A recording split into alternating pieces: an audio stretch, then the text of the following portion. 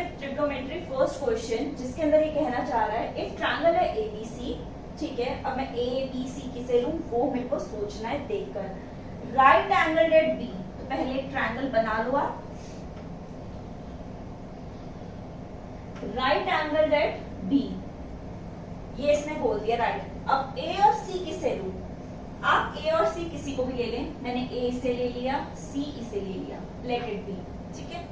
इसने कहा है ए बी 24 सेंटीमीटर है, A B this is 24 centimetre, B C is 7 centimetre. अब इसने कहा है ये वाले जो हमारे एंगल्स हैं इनका बताओ। तो हमारे एंगल्स इन्हें हम तभी बता पाएंगे जब हमें क्या पता होगा, hypotenuse. And since this is a right angle triangle, हमें पता है कि क्या कहते हैं पाइथागोरस थ्योरम क्या होती है। पाइथागोरस थ्योरम क्या होती है? हाइपोटेन्यूज का square is equal to base का स्क्वायर प्लस हाइट का स्क्वायर या परपेंडिकुलर का स्क्वायर। तो पाइथागोरस थ्योरम क्या होती है? हाइपोटेन्यूज का square is equal to base का स्क्वायर प्लस परपेंडिकुलर का स्क्वायर। तो हाइपोटेन्यूज मुझे नहीं पता तो इसे एज इट इज रहने दीजिए। बेस मुझे पता है 24, तो 24 का स्क्वायर प्लस 7 का स्क्वायर, क्योंकि परपेंडिकुलर की वैल्यू क्या है 7, 27 का स्क्वायर इज इक्वल टू 24 का कितना होता है 576, 7 7 जा 49, इसका टोटल हुआ हमारा 625 आई गेस।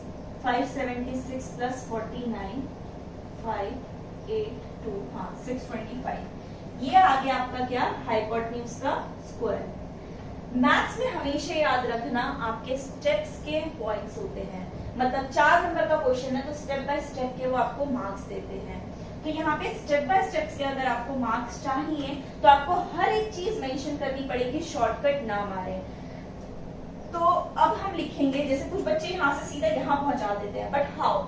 तो आप एक एक स्टेप लिखिए, थोड़ा सा टाइम एक्स्ट्रा लगेगा, आई नो दैट, बट आपको पॉइंट्स मिलेंगे इस पार्ट के, इस मार्क्स के, कि आपने हर एक स्टेप लिखा है, आपको कैंसिल नहीं किया जाएगा, आधा एक नंबर नहीं काटा जाएगा, तो इसलिए हमेशा पॉइंट्स लिखें।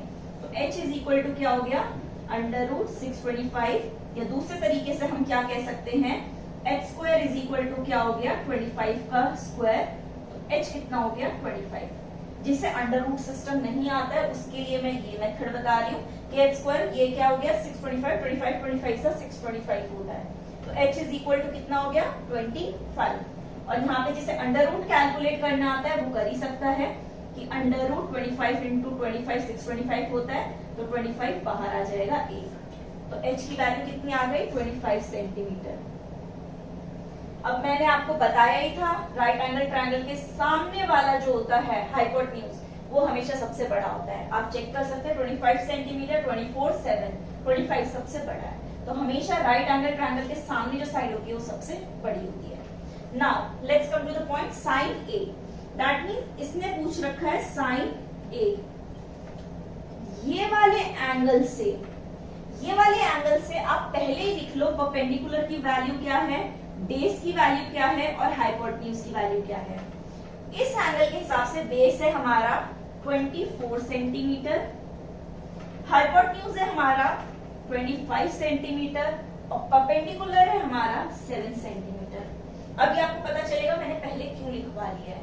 अब साइन ए यहाँ साइड में कहीं पे भी, जब भी मैं एग्जाम में जाती थी मैं हमेशा सबसे पहले ये मेरे को पता था ट्रिको का क्वेश्चन आएगा, तो मैं कहीं ना कहीं साइड में ऐसे छोटा सा लिख ही लिया करती थी, पंडित बद्रीनाथ प्रसाद हर हर बोले, और ऊपर SCT मतलब sine cos tan.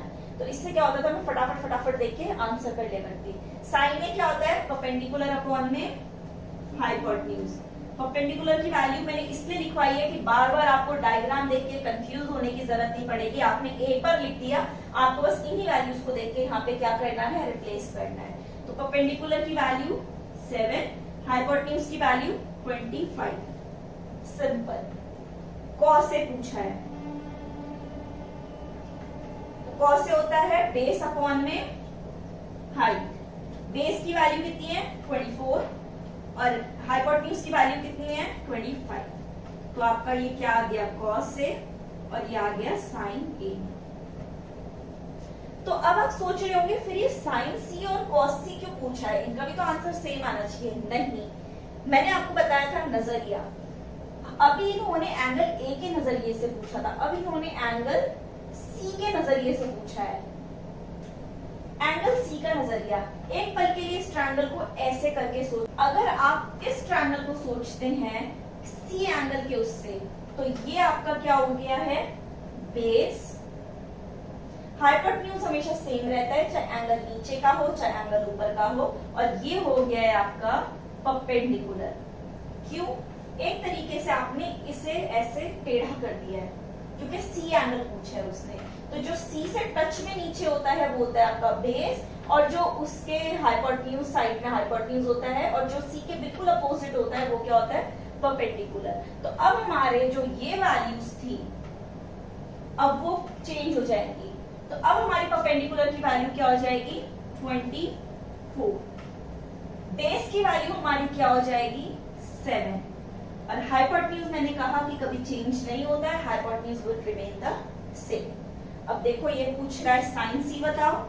Sign C perpendicular upon में हाइपोटेन्यूज, बस यहाँ से डायरेक्ट वैल्यूज देखो, 24 अपॉन में 25, और कॉस सी पूछा है तो cos C is base upon में हाइपोटेन्यूज, बेस इज 7 अपॉन में 25। देखो रिजल्ट ही चेंज हो गया, एंगल चेंज होने से आपका रिजल्ट ही चेंज हो गया। तो इसीलिए हमेशा देख के करना कि वो एंगल इसकी बात कर रहा है या इसकी बात कर रहा है, क्योंकि 90 डिग्री से तो वो पूछेगा नहीं, वो पूछेगा या तो इस एंगल से या तो इस एंगल से।